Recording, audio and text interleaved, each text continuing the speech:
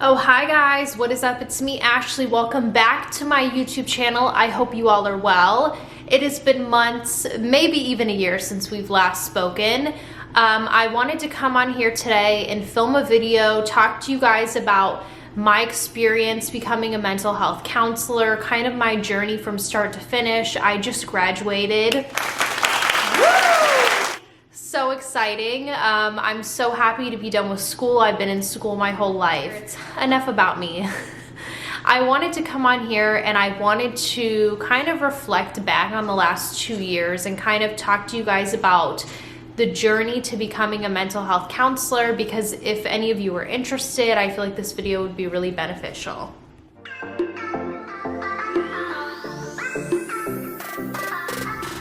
All right. Let's get into this video. I'm gonna try to make this as short and sweet as possible because Lord only knows I could sit here and ramble for the next 40 minutes. But to try to not make you guys fall asleep, I'll try to keep it short and sweet. So we're gonna start with like my background personally. Where do I begin? So I never thought I would have become a mental health counselor.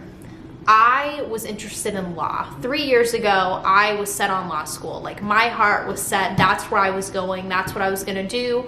I went to Florida State University, got my bachelor's in psychology, a minor in criminal justice. I was always interested in law or like forensic psychology. Long story short, that didn't work out for the better. And I came across the mental health field.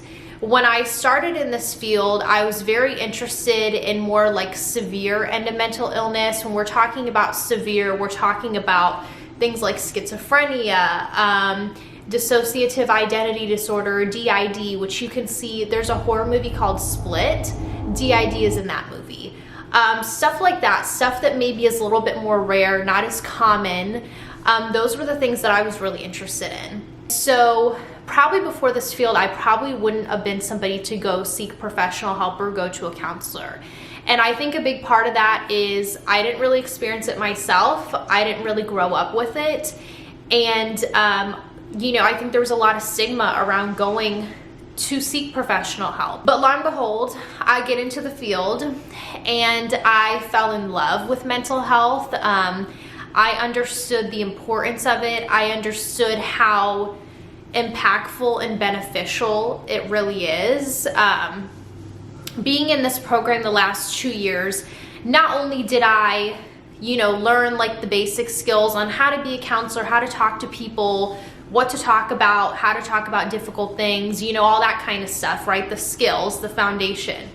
But I also had to be on the other end of it. I had to work on myself personally and go to my own counseling. And in that time, I realized that, okay, I have things that I need to work on, right? Nobody's perfect. I realized how beneficial it can be to like talk about things and have somebody like that you can talk to, talk openly. They're not gonna judge you. They're not gonna go and like turn around behind your back and tell your friend or your cousin or your sister or whoever, right? It's all confidential. And so I realized like how beneficial it can be for a lot of people. I saw change happen before my eyes, and that's really something special. I think when we talk about like longevity and getting into a career that you're hopefully going to be happy with for the rest of your life, that's one thing about this field that I've come to really love is the fulfillment. For me, being able to talk to people, get to know them on a deeper level and hopefully help them is really fulfilling for me. And it's something that keeps me going, something that kind of lights that fire under my and makes me want to keep continuing pursuing this route. Fast forward 2 years, I very much feel like I am in the right place. I'm very happy with my decision. I didn't really realize what I was getting into. So to kind of give you like a brief rundown on my schooling. So I was in a 2-year program, full-time. So summer, spring, or fall, spring, summer. I went all year round, full-time. The first year was pretty much just coursework. And then the last year I did classes, but I did a lot more like field experience. So I was actually working with people. So for 2 semesters, I worked out of a community clinic at my school. So we provided free resources to people in the community. And that was kind of my first taste of like working with clients. And I remember like in the beginning, my classmates and we would all kind of like practice on each other, and I remember we'd have to do maybe like a project, like 30 minutes, like a 30-minute counseling session. And I remember just being like, oh my gosh, like how am I going to talk to somebody for like 50 minutes or an hour? Like that's such a long period of time. And now it's funny because I'm like so used to doing it, like that 50 minutes will go by really quick. So it's just funny to like think like how much I've grown. But I did 2 semesters in a clinic, and then I did 2 semesters in the hospital. And the hospital was kind of my first like real world experience, like feet on the ground, like we're doing the damn thing. And it was, I think that's where I really like grew the most. You know, I was in the field working with a bunch of different people, got like my first taste of like reality, working with different personalities, different dynamics. It was just different. You know, being in the school setting, my professors were very, very supportive and very nurturing because, you know, we're students, we're learning, right?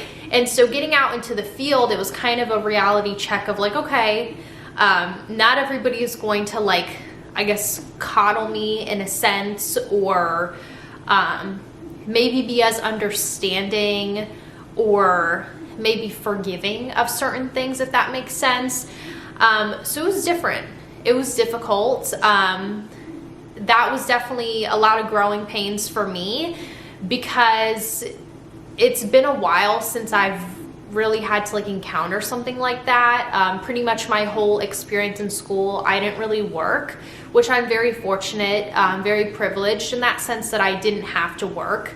And honestly, the last year, like I think it would have been very hard to balance a job because I was doing school, I was doing internship. I also did a grant for extra money, which means I picked up like extra shifts and did different things. So I was a busy lady the last year. So now I'm graduated and I'm a registered intern with the state. And so essentially what that means is I'm still like learning. I still have to have a supervisor. I still have to have somebody to like talk to and like go over like clients or cases. If I have questions, there's somebody that I can turn to, which is great because where I'm at right now, yes, I have some experience, but I realize there's so much more that I still have yet to learn. So I'm glad that I have somebody still above me. Like I don't think I'm yet ready to be licensed, but the next like 2 years, I'll have like a supervisor. And then after that, I have to take a licensure exam, take a couple extra classes here and there, like CEUs, which are continuing education credits, and then I'll officially be licensed. Yeah! And once I'm licensed, that means I'm like independent, operating under my own license. And with a license, you have the flexibility if you want to go out and do private practice or kind of branch out on your own. You have that flexibility to do that, which is something that I would love to do eventually. I would love to like get into private practice, but at this time, I realize that there's a lot that I've left to learn. I'm aware of my strengths. I'm aware of my weaknesses. So I'm hoping that the next 2 years, I can really continue to grow and learn and soak up as much knowledge as I can.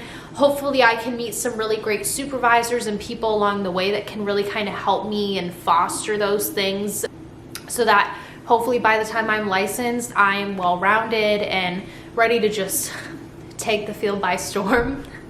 That's the goal. But you know, the future of mental health, I hope that hospitals and medical settings continue employing licensed mental health counselors. You know, being in the field, being a mental health counselor in training, working in a hospital setting, I've realized how beneficial it is, especially in a hospital setting, because you got to think in a hospital, there's a lot of very sad, unfortunate things that happen, right? A lot of sudden changes, a lot of physical changes, mental changes, emotional changes, right? If you're hospitalized long-term, what does that do to your mental state? For some people, it creates a lot of anxiety, depression, suicidal thoughts, right? You know, these are all things that I have seen in hospitals that are pretty common, right? When you're kind of isolated in a room, especially for a long period of time. So I realize how important it is for LMHCs to be in medical settings. And this is kind of a newer thing. Not every hospital has counselors that you can talk to. For the longest time, hospitals only employed social workers. And for some hospitals, that's still the case. I hope the future of mental health, people can continue talking about it. You know, being able to open up and just be like, hey, I'm not okay right now. That's such a powerful thing. That's such a big step to be able to communicate that to somebody. Just going to counseling, that's a huge step. It's hard. You have to be vulnerable, right? You have to talk about things that maybe you don't talk about with other people, or maybe you're really ashamed of or embarrassed of, whatever the reasoning is behind it, right? But I hope that as we continue to move forward, mental health can continue to grow.